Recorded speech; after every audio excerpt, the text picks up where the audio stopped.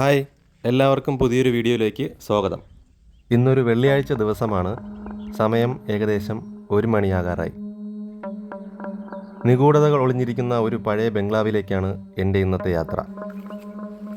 തൊട്ട് താഴെ തന്നെ ഒരു റോഡുണ്ടെങ്കിലും ഇതിന് ചുറ്റുപാടൊന്നും ആരെയും കാണാനില്ല. ഇതുവഴി പോയപ്പോൾ ഒരു പഴയ ബിൽഡിംഗ് കാണാനിടയായി. അങ്ങനെ കയറിയതാണ്. ഗേറ്റ് അടച്ചിട്ടിരുന്നുവെങ്കിലും സൈഡിലൂടെ ഒരു ചെറിയ വഴിയുണ്ടായിരുന്നു. അങ്ങനെയാണ് അകത്തേക്ക് വന്നത്. പൊതുവെ വെള്ളിയാഴ്ച എന്ന് കേൾക്കുമ്പോഴൊക്കെ പ്രേതക്കഥയൊക്കെയാണല്ലോ മനസ്സിൽ വരുന്നത്. അതുകൊണ്ടായിരിക്കാം ഇവിടെ നിൽക്കുമ്പോൾ മനസ്സിനൊരു പേടിയൊക്കെ തോന്നുന്നുണ്ട്.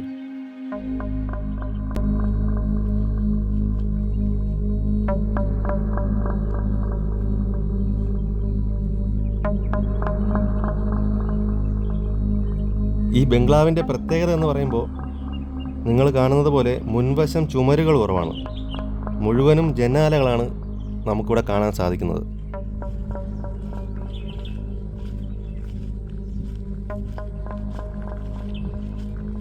ഗ്ലാസ്സുകൾ കൂടുതലും പൊട്ടിയിട്ടുണ്ടെങ്കിലും പഴയ രീതിയിലുള്ള കർട്ടനൊക്കെ ഇപ്പോഴും നമുക്കിവിടെ കാണാൻ പറ്റും.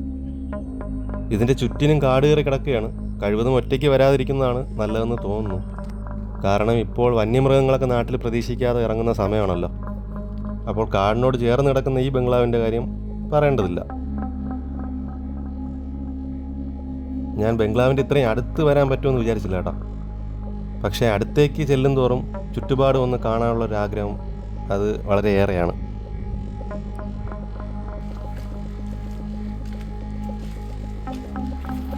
കംപ്ലീറ്റ് കാടാണ് കേട്ടോ, കംപ്ലീറ്റ് കാടാണ്. അതുകൊണ്ട് ശ്രദ്ധിച്ചേ ഇവിടെ നിൽക്കാൻ പറ്റൂ. കണ്ട, കംപ്ലീറ്റ് പൊളിഞ്ഞിരിക്കുകയാണ്. മേൽക്കൂരെല്ലാം പൊളിഞ്ഞ അവസ്ഥയിലാണ്. ഏത് സമയം വേണമെങ്കിലും നിലം പൊത്താം. കാണുന്ന ഓട്ട വഴിയെല്ലാം ഞാൻ നോക്കുന്നുണ്ടെങ്കിലും ഇത്രയും ജനാലകൾ ഉണ്ടായിട്ടും ഒരിറ്റ് പ്രകാശം പോലും റൂമിലേക്ക് കയറുന്നില്ല. ഞാൻ ഓരോ സൈഡിലേക്ക് വരുമ്പോഴും ഓരോ പക്ഷികളുടെ ശബ്ദമാണ് കേൾക്കുന്നത്. ചിലതൊക്കെ പേടിപ്പെടുത്തുന്ന ശബ്ദവുമുണ്ട്. ഇതേ ആ കാണുന്ന മരങ്ങളൊക്കെ ഉണ്ടല്ലോ, അതൊക്കെ ഈ സായിപ്പന്മാർ നട്ടുപിടിപ്പിച്ചതായിരിക്കാം. നല്ല പഴക്കമുള്ള മരങ്ങളാണെന്നാണ് തോന്നുന്നത്. ഇതൊക്കെ കാണുമ്പോൾ തന്നെ നമുക്ക് മനസ്സിലാവുന്ന ഒരു കാര്യമുണ്ട്. ഈ സായിപ്പന്മാരുണ്ടല്ലോ, അവരൊക്കെ ഈ കേരളത്തിൻ്റെ പ്രകൃതി ഭംഗിയും കാലാവസ്ഥയൊക്കെ ഇഷ്ടപ്പെടുന്ന ഒരു തരത്തിലുള്ളവരായിരുന്നു.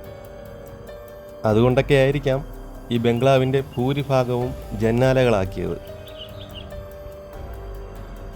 ഫ്രണ്ടിലത്തെ ഒരു ഗ്ലാസ് പൊട്ടിയിരിപ്പുണ്ട്. നമുക്ക് അതുവഴി ഒന്ന് അകത്തേക്ക് നോക്കാം. ദൈവമേ, അകത്താരെങ്കിലും കാണുമോ? റൂമിൻ്റെ കാഴ്ചകളാണ് നിങ്ങളീ കാണുന്നത്.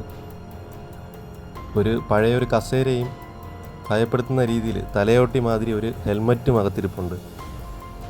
എന്താണെന്നറിയില്ല. എന്നാലും എനിക്കുള്ളൊരു സംശയമാണ്, ആരായിരിക്കും ആ ഹെൽമറ്റ് കൊണ്ട് അവിടെ വെച്ചത്? എന്തായിരിക്കും അതെടുക്കാൻ വരാത്തത്?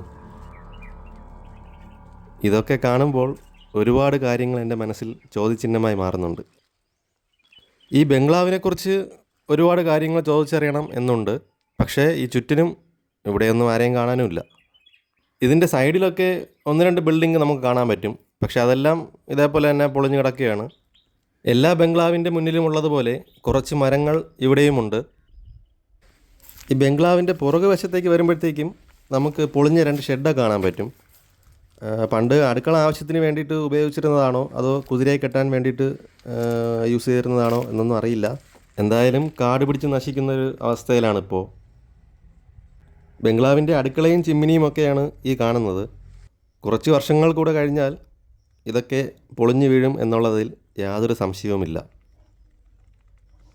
ഞാൻ നേരത്തെ പറഞ്ഞതുപോലെ ഈ ബംഗ്ലാവിൻ്റെ ഏകദേശം 1/2 കിലോമീറ്റർ ചുറ്റിനും കാടാണ് കേട്ടോ.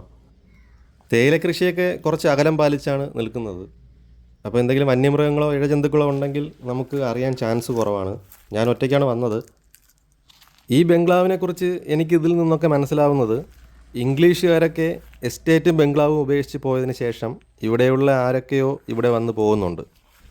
അതിൻ്റെ തെളിവാണ് ആ ഹെൽമറ്റും പുതിയ ആ ഒരു പൂട്ടും. ഈ കാണുന്നത് ബംഗ്ലാവിനോട് ചേർന്നുള്ള ഒരു ബിൽഡിങ്ങാണ്. കരിങ്കല്ല് കൊണ്ടാണ് ഇതൊക്കെ പണിഞ്ഞിട്ടുള്ളത്. മേൽക്കൂര കാര്യങ്ങൾ മൊത്തത്തിൽ നാശം ആയി കിടക്കുകയാണ്. ഇവിടുത്തെ സെക്യൂരിറ്റി ഓഫീസായിരിക്കാം ഇത് എന്നാണ് തോന്നുന്നത്. ഈ ബംഗ്ലാവിനെക്കുറിച്ച് ഗൂഗിളിൽ സെർച്ച് ചെയ്തപ്പോഴും കാര്യങ്ങളൊന്നും വ്യക്തമല്ല. ചരിത്ര അവശേഷിപ്പുകൾ ഒളിഞ്ഞിരിക്കുന്ന ഇതുപോലെയുള്ള ബിൽഡിങ്ങുകൾ ഇന്നും തകർന്നുകൊണ്ടിരിക്കുകയാണ്. ഏലപ്പാറ നിന്നും വാഗമൺ പോകുന്ന റൂട്ടിലാണ് ഈ ബംഗ്ലാവ് സ്ഥിതി ചെയ്യുന്നത്.